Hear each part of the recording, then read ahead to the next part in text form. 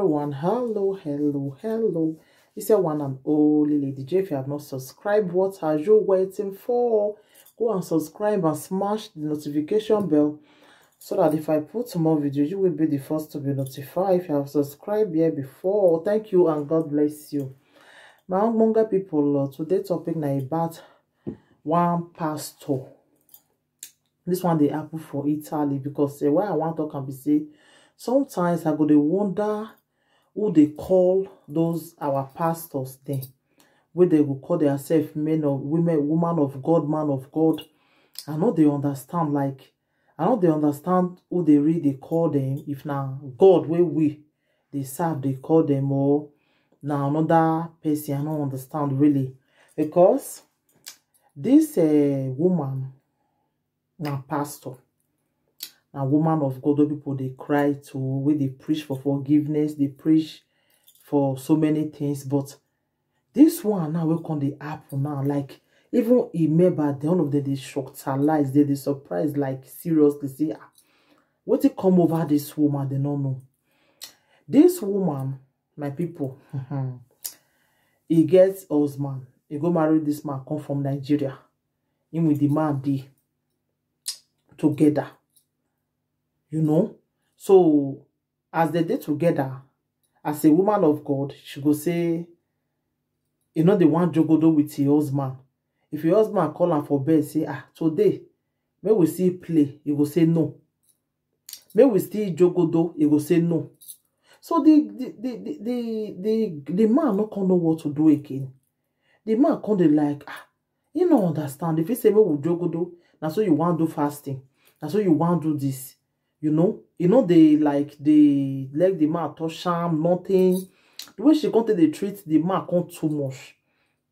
The man have to come complain to his sister, say, see what in the past through, you know. So they come arrange woman for the man and all know, make you see where they throw away the supply water, you know. But me, I don't like woman where they cheat on their wife, but then the woman push him. Because say be one of God, doesn't mean say women of God, they're not the jogodo with their husband. I bet we want know, I be men of God, not the jogodo with my wife. I don't understand. Okay. So the woman can do that one. Can pass. Then later, the wife can find out, say the husband, they go jogodo another woman for her side. You can't bring problem for house. So as you can't bring problem now, the man can't beg. I beg, make the woman forgive him. The woman can't hate him. Like the woman can't vex. You don't want to forgive the man. You can't treat the man bad. The husband no, you can't treat him bad. You can't get this natural hatred for him. Like this hatred will be say no forgiveness.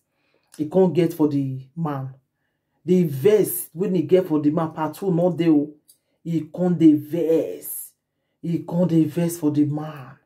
So I say the verse, you know, can't treat the man well. You know, they give the man food. One day he drive the man in the night. Say make the man come up for his house. The man not know what to do again. The man can't they sleep for streets. They go for somebody's house. And so the man can't go say, and the man, the woman no say the man can't they sick after that thing.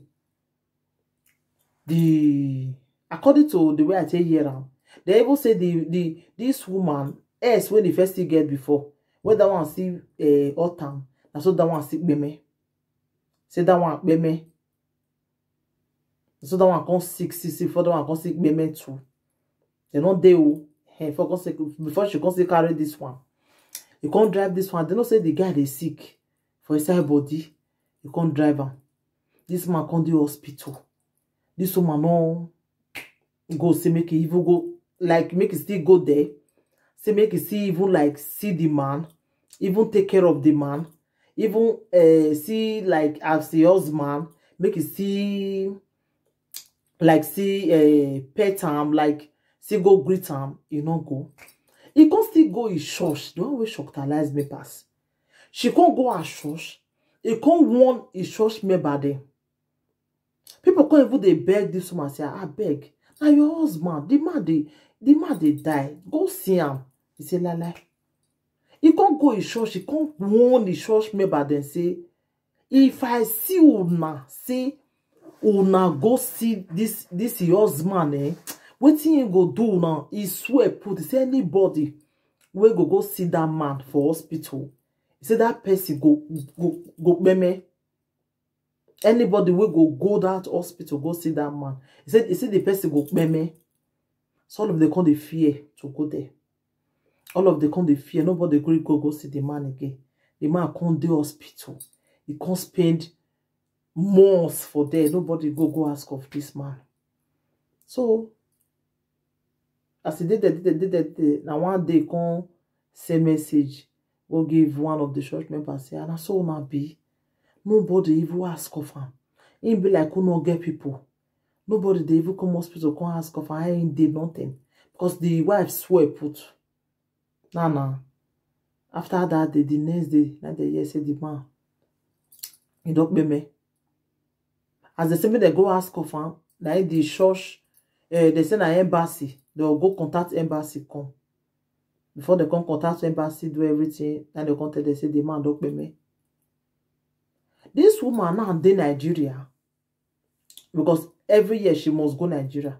This woman in Nigeria now, just like they even don't tell her say the man don't be me. They want me you can't sign as his wife because they do this court marriage for this side.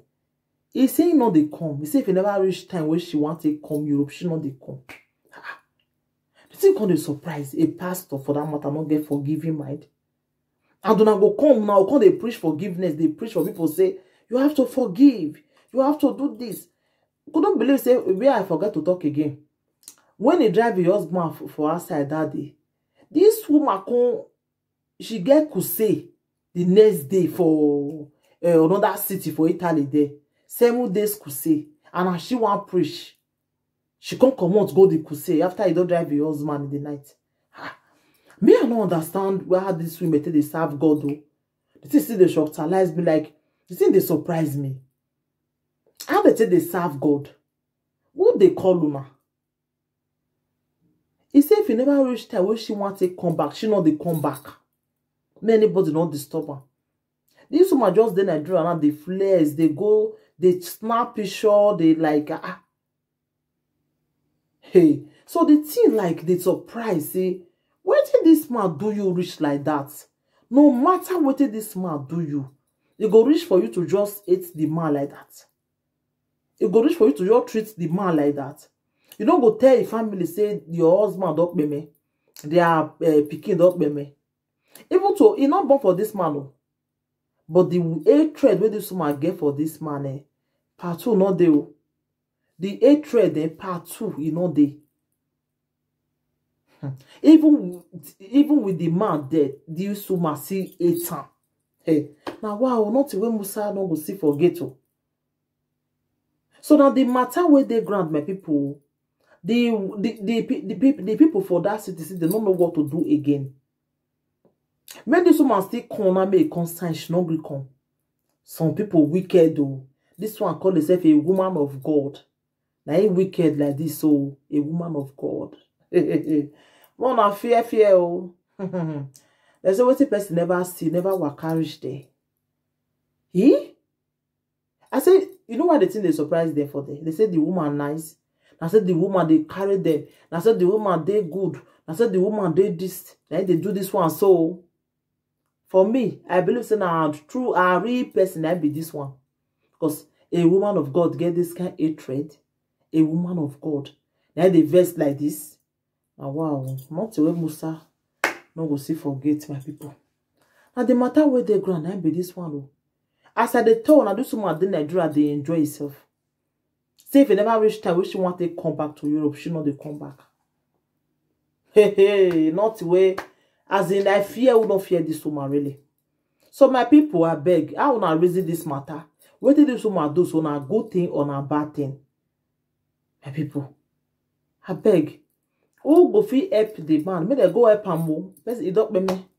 The woman not going come. May he come sign. Nothing. So my people, when the matter where they ground and with this one. Thank you, everybody. Take care till I come your way next time again. I remain your one and only Lady J. If you have not subscribed, what are you waiting for? Please share this video for me. Subscribe. Thumbs up for me. Share the video. Thank you and bye.